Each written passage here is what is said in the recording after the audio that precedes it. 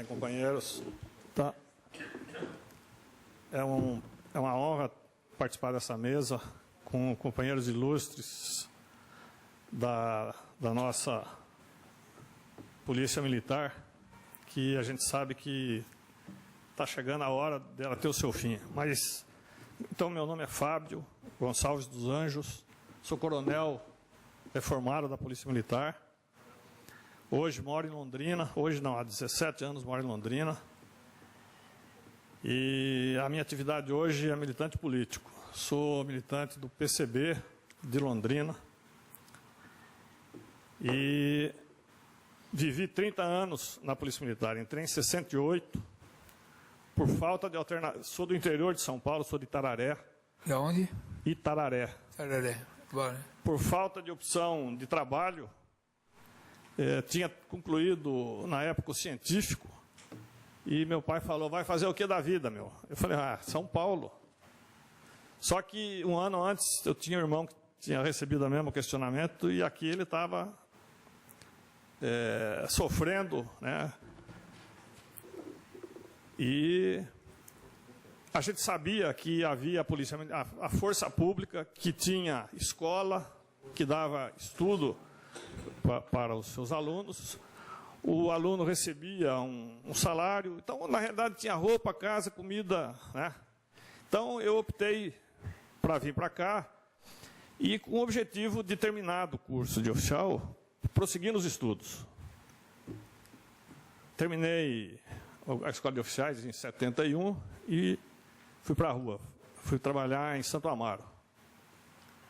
Fiquei uns 3 meses no policiamento e eu tinha um parente muito influente na Guarda Civil, que era do partido e que e a Guarda Civil ainda era grande nessa época, tinha postos de comando junto com os oficiais da Força Pública, e eu fui transferido para o trânsito, que era uma atividade mais light, não precisava ir para o enfrentamento. E fiquei no trânsito, acho que 7 anos.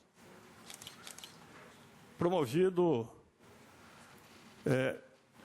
fui para um quartel que ficava dentro da USP, porque eu imaginava que era um quartel também um pouco diferente, né?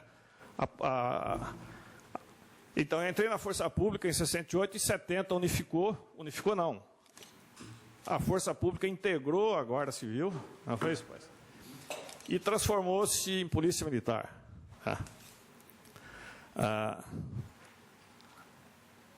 A gente avalia como sendo uma aberração da doutrina de segurança nacional, né? Imposta na marra, porque a Guarda Civil não queria, a Força Pública não queria. Mas eles tiveram que engolir. Continuei a minha atividade. Em 82, o Montoro se elege governador. O partido tinha apoiado, né? Continuou a articulação desse parente e eu fui trabalhar com o Montoro. Fui ser ajudante de ordens do Montoro. Eu, que era um oficial que não tinha... Um parênteses, eu fiz a carreira, sou coronel, todas as promoções por antiguidade. Então, isso me honra de não ter tido uma promoção por merecimento dentro desses 30 anos. Mas, enfim, fui trabalhar com o Montoro, era um posto-chave, quem é milico sabe o que é ser ajudante de ordem, né? Terminado o governo Montoro, fui para o quartel do Comando Geral. Trabalhar na 4ª seção. A Irundina ganha a eleição. Eu vou trabalhar com a Irundina. Assistente militar da Irundina. Quer dizer, isso deve ter levantado um ponto de interrogação, que raio de oficial é esse que... Eles não conseguiram, eu sei que fui rastreado, né, mas eles não tinham que... Também a Irundina um dia me questionou, falou, Fábio, como é que você consegue transitar Eu falei, Erundina, eu também, para conseguir passar esses 15 anos, quase 20 anos, eu fiz uma outra vida. Eu tive uma outra vida civil. Eu fiz faculdade de matemática, né, aonde eu tinha colegas para conversar, porque no quartel eu não conseguia conversar, porque a minha conversa era outra. Eu tinha irmão, na época eu estava na academia, que foi preso na cidade universitária, no CRUSP. Se pregava aquela história do Brasil gigante, do que vai em frente, e eu estava vendo o contrário. Sou filho, meu pai era uma pessoa de esquerda, eu moleque, de vez em quando, uma vez por mês, ele dava uma sacola de feira e falava, vai na casa do fulano e pega o jornal. Eu ia lá, pegava o jornal do partido, punha na sacola, levava para casa, 2 dias depois ele pegava a sacola, leva para casa do fulano. Então, um jornal, né? Então, a gente entrou na polícia, na força pública, com a mentalidade um pouco de guerreiro mesmo, como é a mentalidade da gente que entra, né? Porque a gente tem aquela imagem de que é tudo bonito, é para cumprir ordem, é para... e que depois você vê que não é nada disso, né? Mas, enfim, no governo da Erundina, ela foi patrulhada, evidentemente, como foi o próprio Montoro. Aqui dentro tem P2, viu, deputado? Continua, não se preocupe não, que isso aqui está sendo... Mas a Erundina tinha um chefe de assessoria militar que não aguentou a pressão, né? Porque ele convivia com comunista, era comunista tudo quanto é lado. Com 6 meses ele pediu passagem para a reserva e não tinha quem fosse. Aí ela me chamou e falou, Fábio, vê ali com seus companheiros, eu tinha 2, o Quester, indica aí uma pessoa para vir fazer a chefia aqui, para eu procurar umas pessoas e tal, isso vazou. Peguei 45 dias de cadeia. Por quê? Não entendi. A Erundina pediu que a gente indicasse para ela um nome de um oficial para comandar o gabinete militar dela. Era o Vanderlei, não era? Era o Vanderlei. A gente fez fez umas sondagens e isso vazou para a corporação. E eu fui punido, aliás, nós 3 que éramos assistentes militares fomos punidos, eu com 45 dias, os outros 2 com 30. Bom, aí depois de cumprida a punição, que eu tive acesso à papelada, fui ver, estava tudo errado. Eu recorri e ganhei. Eles mais 45 dias. Que era para servir de exemplo, porque mas não pode. Você teve acesso à papelada e vocês foram punidos porque fizeram uma auscultação de quem seria o comandante lá? Nós fizemos uma pesquisa, né? Conversa com alguém, escuta, fulano pode ser, porque essa coisa só quem é milico que sabe como é que funciona essa engrenagem, né? Então, tinha que ser um coronel, não podia ser um subordinado. Agora, um coronel da Polícia Militar, para chefiar o gabinete da Erundina, era difícil, porque eu participava de algumas reuniões que a gente fazia no PT, né, pai? O PT nunca também quis muito entrar na questão da PM. Essa é a grande realidade. Então, quando a Erundina foi para a prefeitura, o partido não sabia o que fazer com os postos militares que precisava. Ainda não sabe. Pois é. Esse que é o pior. Mas, enfim. Aí me puniram e me mandaram embora da prefeitura. Aí me jogaram para comandar a subsistência. Eu fui pilotar fogão da subsistência. Estamos falando de 88, 89. Meu Deus, já tinha acabado oficialmente a ditadura. A PM não continua. Eu fui pilotar fogão na subsistência, fazer comida, né? Bom, enfim, e encerrei meu tempo. Eles tentaram evitar a minha promoção, mas quando eu fui punido, aí me puniram com 1 dia, 45 dias de cadeia e 1 dia sem fazer serviço, que era para eu ter 1 dia de desconto no meu tempo de serviço. E me jogava lá para trás na ordem da promoção. Não é isso?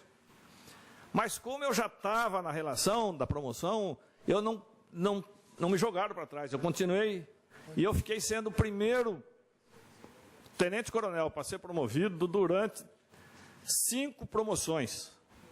Aí, na última, a lei obrigava a ser promovido. Aí eu fui. Então, saí coronel. Né? Mas, enfim, a respeito da Polícia Militar. É isso que o Paes falou. Um pouco pior, porque, assim, en passant, a coisa chega a ser até... É crítica, mas quem sente na pele 30 anos, né, transfere para cá, transfere para lá, sabe o que é. E às vezes nem o fato de ser transferido, você ficar com aquela coisa que você pode ser transferido, você largar a família toda, é um negócio... Mas, enfim, na nossa gloriosa, né, com a criação da doutrina de segurança nacional, se criou a figura do inimigo interno. O Exército tem o seu inimigo externo, mas na doutrina de segurança nacional se cria a figura do inimigo interno, que é para fazer o combate à luta armada. E nós fomos jogados para fazer esse enfrentamento. Eu me lembro que eu trabalhava no policiamento, quantas vezes a gente fez comandos, né? Aquelas, montava barricada no meio das ruas, né? Parava todo o trânsito de São Paulo, hoje não precisa mais porque o trânsito já não anda mesmo, mas naquela época ainda andava, né? E fiscaliza todo mundo. Para quê? Para que os órgãos de segurança pudessem estar, e aí, vendo se encontrava alguém. Então a gente era usado, e continua sendo, não mudou muito. Uma das coisas que assanhou a corporação foi a morte do Mendes Júnior, no Vale do Ribeira. Aquilo, a polícia ficou empolvorosa e se soubesse que alguém era comunista, ou que tinha uma tendência, era um negócio, era o suficiente para fazer o que foi feito com os companheiros. Mas foi usada para fomentar esse tipo de coisa. A coisa vem evoluindo, acabou a ditadura, mas não mudou nada. Acabou a guerrilha, acabou a luta armada, mas a PM continua caçando o inimigo interno. Hoje mudou para a figura do viciado, para a figura do sem terra, para a figura do criminoso comum, né, que continua sendo torturado, continua sendo morto, e que é uma coisa que a gente precisa levantar. Com a Constituinte, a gente achou que fosse ter alguma mudança. O Paes acabou de falar aí, não mudou nada, né? E neste sistema que nós estamos vivendo ainda hoje, nós temos um complicador. Hoje, a segurança pública, parece que são 8 órgãos: Polícia Federal, Polícia Rodoviária Federal, Polícia Militar, Polícia Civil. Mas tem uma organização que a gente não fala muito nela, mas ela é imensa, a tal da Guarda Particular. É quase 1 milhão de homens armados, viu? Sem nenhum preparo. 2 milhões e meio. 150 empresas. Pois é. Eu estou meio por fora, porque, então, quando eu reformei, eu fui para Londrina e queria meio fugir dessas coisas, fui plantar café e fiquei 17 anos com um sítio, né? Mas, no meio do caminho aí, me descobriram e eu voltei para o partido e estou lá até hoje, estamos Mas, enfim, a gente está... E o que é pior, na Constituinte manteve-se o Tribunal de Justiça Militar, que é uma excrescência, né? E que está aí, e que mantém essa condição nossa de militar, julgado por nossos pares, né? O Centro Santo Dias, no levantamento que fez, nos primeiros 10 anos do Tribunal de Justiça Militar, 95% dos casos saíram isentos. E a gente sabe que o tribunal julga, condena o soldado, o cabo, oficial. Ixi, quanto caso de oficial que tem lá de peculato, de que sai ileso. E a tropa nem fica sabendo. Porque o tribunal... Hoje eu não sei, mas na minha época a gente tinha medo de aquela coisa. Hoje mudou. Mudou? No seu tempo tinha medo e hoje tem pavor. Como era do P2. Falava em P2, era uma coisa... P2 era um órgão que continua sendo um órgão que existe dentro de todo o quartel. Todo quartel tem o seu P2. Só que o P2 não se reporta ao comandante. Ele se reporta direto ao chefe dele da organização vertical. O comandante fica sabendo assim quando o chefe de cima fala, não, avisa o seu comandante que... Mas é uma organização paralela dentro do quartel. Usando a estrutura. Sem controle. A PM é a responsável pelo policiamento ostensivo e preservação da ordem pública. Eu quero discordar aqui da maioria dos companheiros. A PM executa um serviço extraordinário. Deixa eu molhar o bico. Para a classe dominante. Ufa, salvou a pátria. Hã? Salvou a pátria.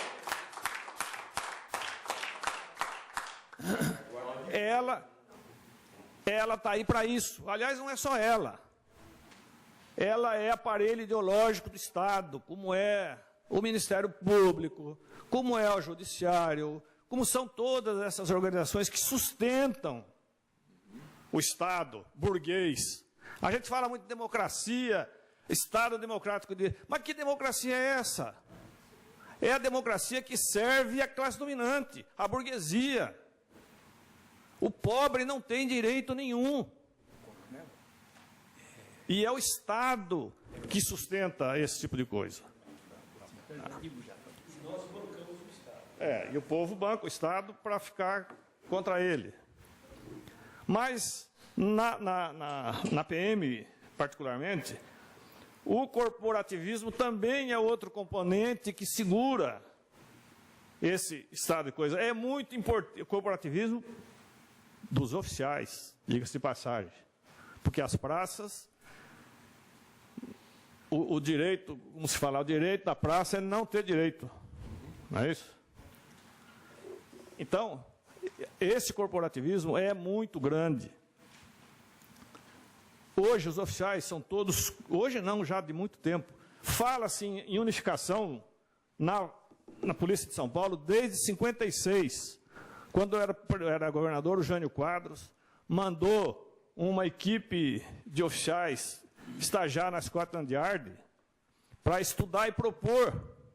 A proposta foi uma única que não tinha que ser diferente, unificar. Não tem justificativa ter duas polícias, mas veio a ditadura e foi por água abaixo e piorou.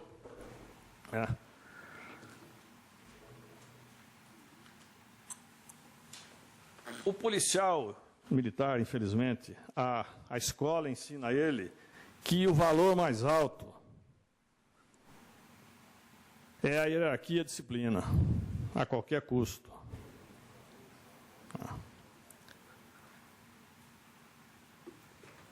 Ele perde a sua individualidade, nós perdemos a nossa individualidade quando a gente entra na escola de formação de soldado, depois, em todas elas, inclusive a dos oficiais.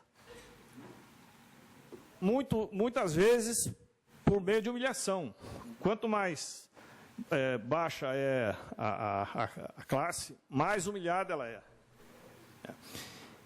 E existe uma coisa nas Forças Armadas que chama-se Ordem Unida.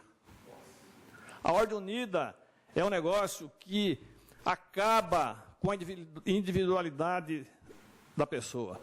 Nós viramos um autômato, sentido, ordinário, marcha, frente, direita, esquerda. Ninguém pensa no que... E isso é de manhã, de tarde, de noite. Toda entra em forma, tem Ordem Unida. Para quebrar a nossa... o nosso questionamento. A resistência. E você fica... E isso é a vida toda. Quem passa 30 anos é 30 anos marchando. E eu digo mais o seguinte, nós usamos um tal de um cap, que é para não olhar para cima, é só para olhar para baixo, para não abrir a visão. O assédio moral que existe é muito grande por parte das minorias, por parte dos oficiais. O oficial assedia. Hoje, o assédio, se falar isso lá dentro, eles vão... Porque eles acham que assédio é só cantar, né? Mas, enfim, esse assédio... Soldado, vai no boteco e me compra um maço de cigarro. Fala isso. O professor fala isso para o servente da escola. O delegado fala isso para o escrivão. Na polícia fala... E ai do soldado se ele não for comprar. Fica preso.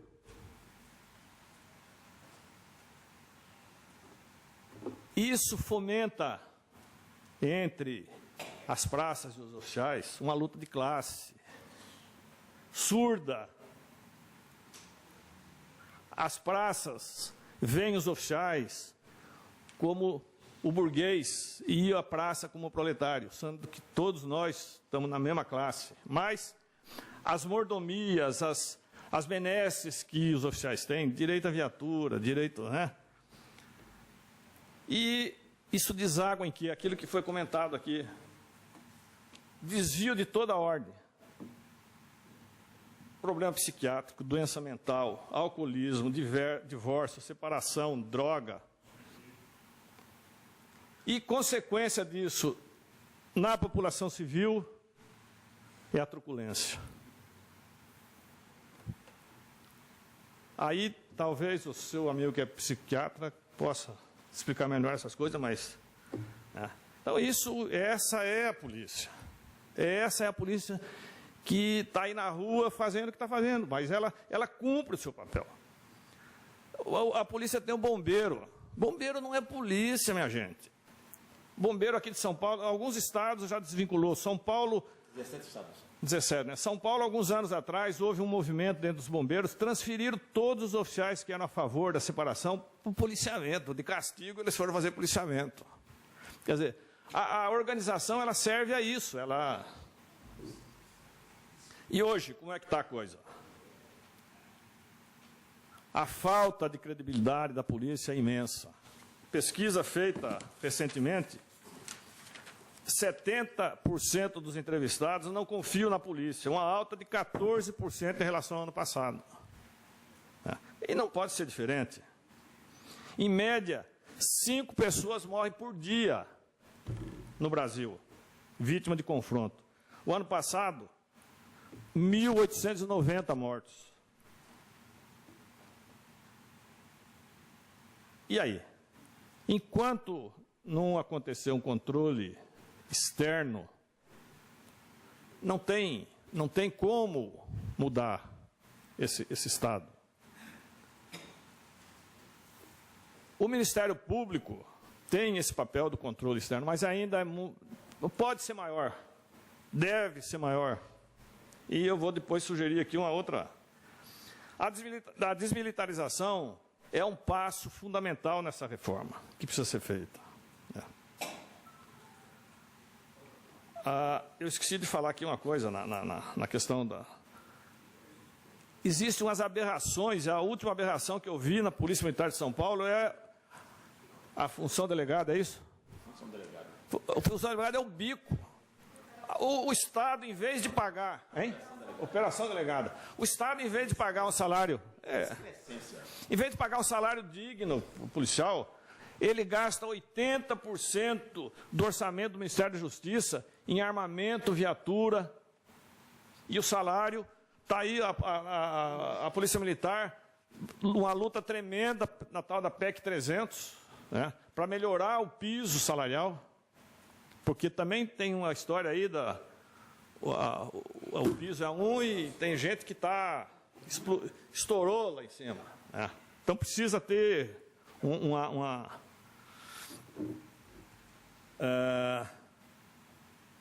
então é preciso definir o papel da polícia.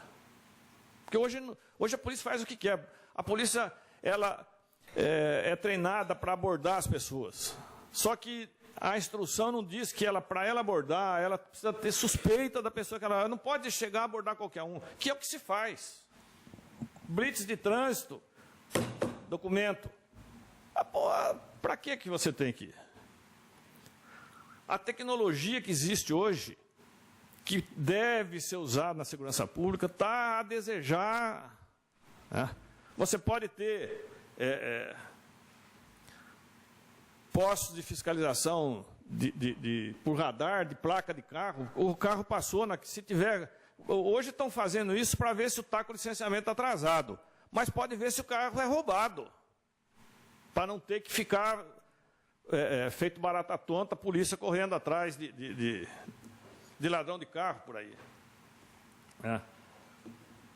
Ainda sobre a quantidade de mortos da polícia, o Human Rights detectou, ou fez um levantamento no DHPP, 2012, a polícia levou para o hospital 379 pessoas. 360 morreram. Ou chegaram mortas, ou não tinha condição de... O governador parece que baixou um decreto aí de que a polícia não pode conduzir mais, tem que... Mas Me permita um pouquinho. O governador Geraldo Alckmin determinou ao secretário de Segurança Pública colocar focinheira nos policiais militares. Mandou colocar focinheira nos policiais militares. Ou seja, o governador Geraldo Alckmin declarou, admitiu que os policiais militares são os cães do regime. Só a rota matou 247 pessoas em resistência, em ocorrência de resistência. Feriu 12. O pessoal é bom de tiro, hein? Quem é milico sabe como é difícil acertar num móvel em movimento. Mas, pessoal, só em filme que a gente vê os bang-bang lá, o cara em cima do cavalo acerta. Mas a polícia aqui, ela é eficiente. A polícia não pode ser concebida para aniquilar o cidadão. A polícia tem que ser para defender o cidadão. A população não pode ser tratada como inimigo de guerra.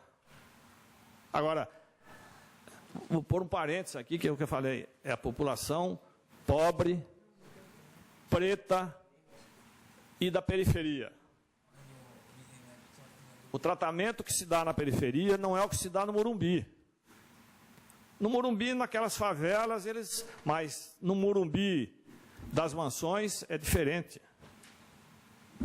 Porque ela está a serviço da mansão. Bom, então, eu queria fazer uma sugestão. A duras penas, por causa das manifestações de junho, o GAECO foi aprovado.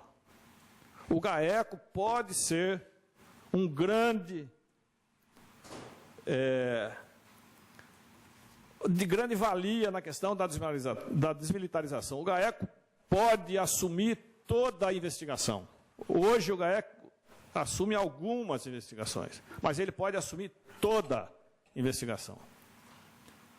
Acaba o GAECO, Ministério Público, acaba com a estrutura da... A estrutura não, acaba com as delegacias, a figura do delegado de polícia, do escrivão de polícia. Infelizmente, companheiro, cadê? Está aqui do Aqui.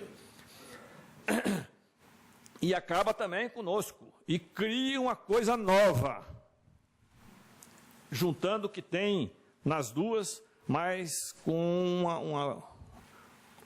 com instrução, completamente diferente, né? O que eu acho que vai ser difícil, porque nós da Polícia Militar estamos tão impregnados dessa coisa, anos e anos. Eu imaginava que passaria uma geração para começar a mudar, mas já, a geração que veio depois da ditadura já tá passando e não mudou nada. Então, a carga foi muito grande que enfiaram na nossa cabeça, que nós assimilamos de uma tal maneira que está aí. Né? Então, eu acho que o GAECO é uma coisa que precisa ser estudada. Né? Vários países do mundo, o Ministério Público é que assume o patrocínio da ação, mas usa todos os instrumentos que a Polícia Civil tem hoje. Usa o Instituto de Criminalística, usa para ajudar na investigação e oferece a denúncia. E a Polícia Militar, ou a polícia que for ser criada, é a polícia responsável pelo policiamento ostensivo, porque policiamento ostensivo hoje não existe. O policiamento ostensivo é consequência de uma corrida que a polícia estava indo para prender alguém, e aí o povo vê a viatura passar, mas aquilo não é, aquele policiamento não é feito com o objetivo de fazer. Como a Guarda Civil fazia lá, o Cosme e Damião. Esse mesmo caso do vídeo, né? Ficava. A polícia comunitária acabou. Formado por um major. Enfim. Pela lei de anistia. A polícia militarizada, eu quando estava na ativa, andei participando aí de alguns, tanto na época do MDB, depois com o PT. No MDB, velho de guerra, acharam que era melhor deixar a polícia militarizada, porque era uma fase de comandar. E mas lê de engano, é fácil porque a estrutura permite. Você dá ordem para um coronel, comandante-geral, e 100 mil homens têm que cumprir aquela ordem.